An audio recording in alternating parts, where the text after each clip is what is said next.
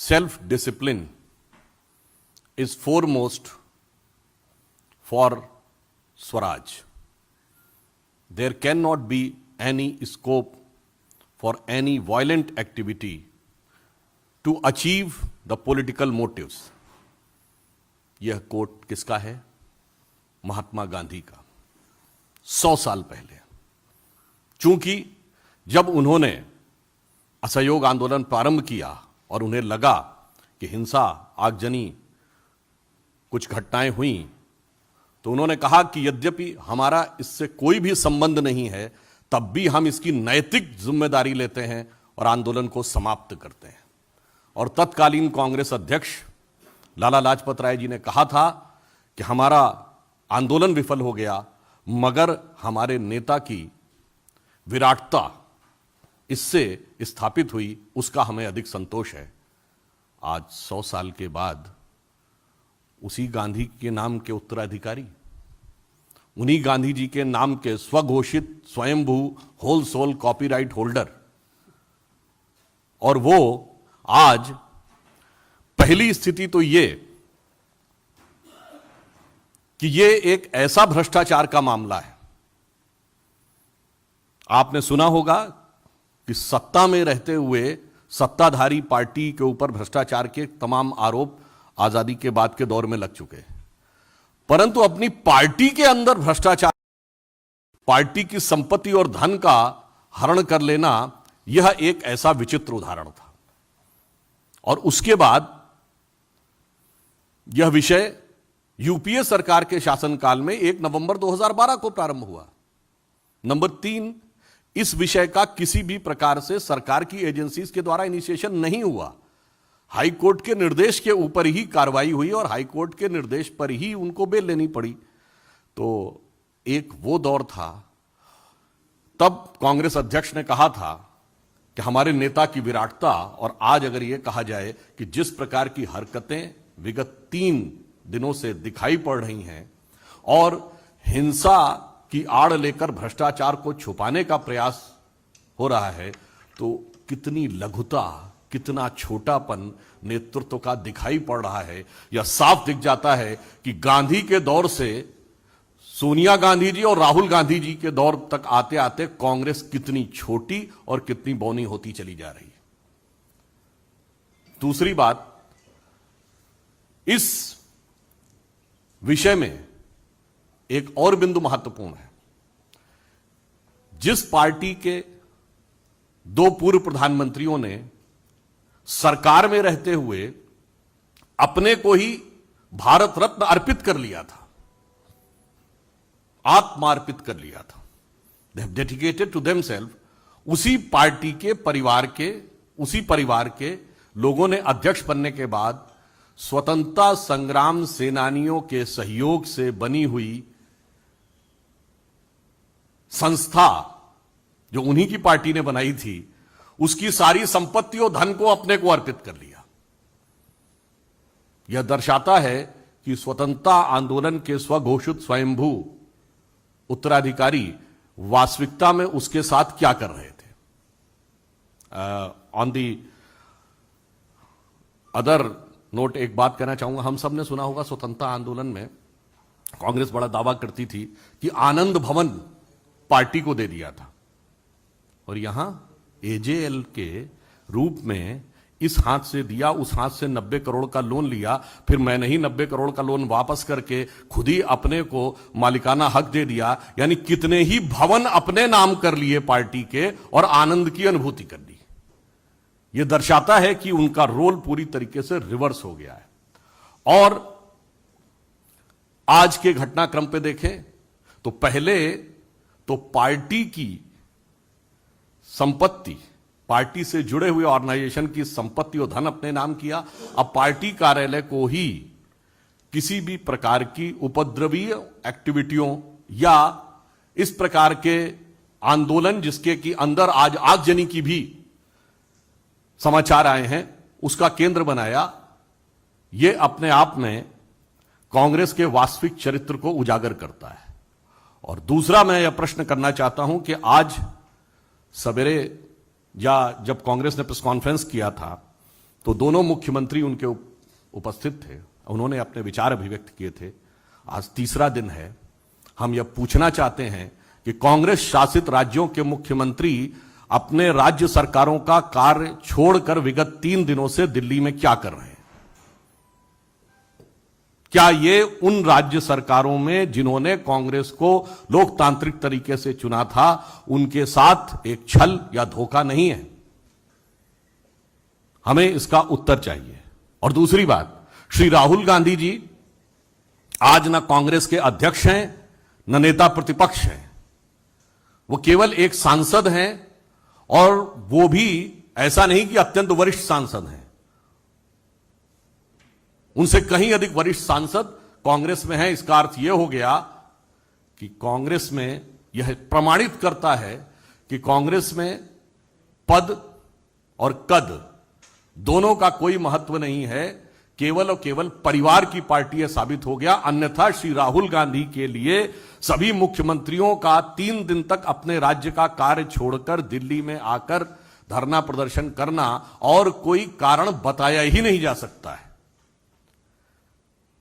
चौथी बात, सरकारी एजेंसियों को काम करने से रोकने के लिए दबाव बनाना और दबाव को झड़प और आगजनी की सीमा तक ले जाना, जो कुछ ये हुआ है, यह दर्शा रहा है कि अगर 3 दिन से यह जमावड़ा हुआ था तो उसका वास्तविक मंतव्य क्या था, वह क्रमशः उजागर होता चला जा रहा है। और वैसे आप सभी लोग यह जानते हैं कि इस विषय पे, तकनीकी पक्ष पे, हमारे पूर्व में पार्टी के नेता और लोग बात कर चुके हैं। एजेंसीज अपना काम कर रही हैं। बड़ी सहज स्वाभाविक सी बात है कि सभी को पता है कि जो कंपनी का भी मालिक वही और पार्टी का मालिक वही। मैं सिंपल सी बात कहूं कि जब 2010 में 90 करोड़ का लोन दिया, किसने? कांग्रेस पार्टी ने। कांग्रेस पार्टी के अध्यक्ष कौन? सोनिया जी। किसको दिया? एजेएल को। उसमें कौन? हम ही। उसके बाद सारी संपत्तियां एजेएल की कांग्रेस पार्टी के पास आ गई। किसके पास? हमारे पास। फिर हमने ही लोन, किसने लोन माफ कर दिया? कांग्रेस पार्टी ने। जिसका अध्यक्ष कौन? सोनिया जी। साहब, आपने तो सुना होगा, तेरा तुझको अर्पित क्या लागे मेरा। यहां तो तेरा मुझको अर्पित क्या लागे तेरा। ये भारत की जनता नहीं, ये कांग्रेस के कार्यकर्ताओं के साथ क्या किया है। हमारे पार्टी का नेतृत्व यह कहता है कि तन समर्पित, मन समर्पित और यह जीवन समर्पित, और चाहता हूं देश की धरती तुझे कुछ और दूं। और वो ये कहते हैं कि तेरा तन मन धन सब मेरे को समर्पित। इसलिए यह प्रकरण भारत के इन्वेस्टिगेटिव इतिहास का अपने आप में एक अद्भुत और विचित्र उदाहरण है। और मैं पुनः इसको रेखांकित कर देता हूं। यह विषय यूपीए सरकार के शासनकाल में शुरू हुआ। नंबर 2, जो जमानत लेनी पड़ी वो न्यायालय के आदेश पे लेनी पड़ी। नंबर 3, यह पार्टी के अंदर की संपत्तियों का अधिग्रहण किया गया।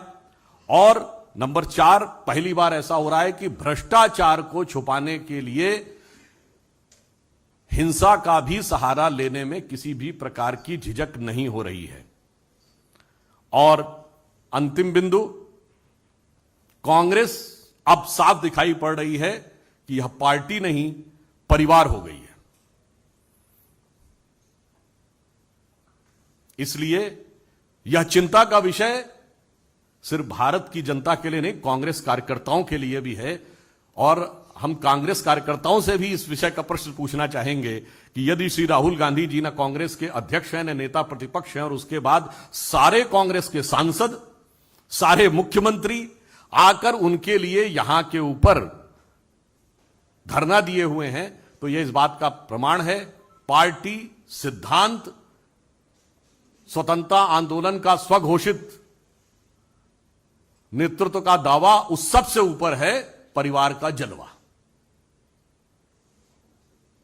और हमें इस विषय को लेकर बहुत खेद है कि पहली बार न्यायिक एजेंसियों को या जांच एजेंसियों के कार्य को प्रभावित करने के लिए राजनीतिक आंदोलन होते थे, परंतु राजनीतिक आंदोलन में हिंसात्मक स्वरूप और अपने संवैधानिक पदों का उपयोग या साफ शब्दों में कहा जाए तो दुरुपयोग जांच एजेंसियों की जांच को प्रभावित करने का यह पहला उदाहरण देश के इतिहास में दिखाई पड़ता है।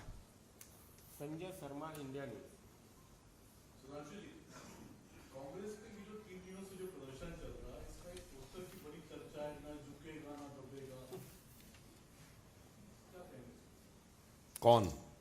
राहुल गांधी के बारे में सारे कार्यकर्ताओं के हाथ में पोस्टर है, ना झुकेगा ना दबेगा। देखिए, इसमें मैं कहना चाहूंगा उनके बारे में बहुत प्रकार की बातें पहले भी कही गई हैं। कहा जाता है वो जिस प्रकार के विषय बोलते हैं उस पर क्या आपको लगता है कि देश की जनता को गंभीरता से लेना चाहिए?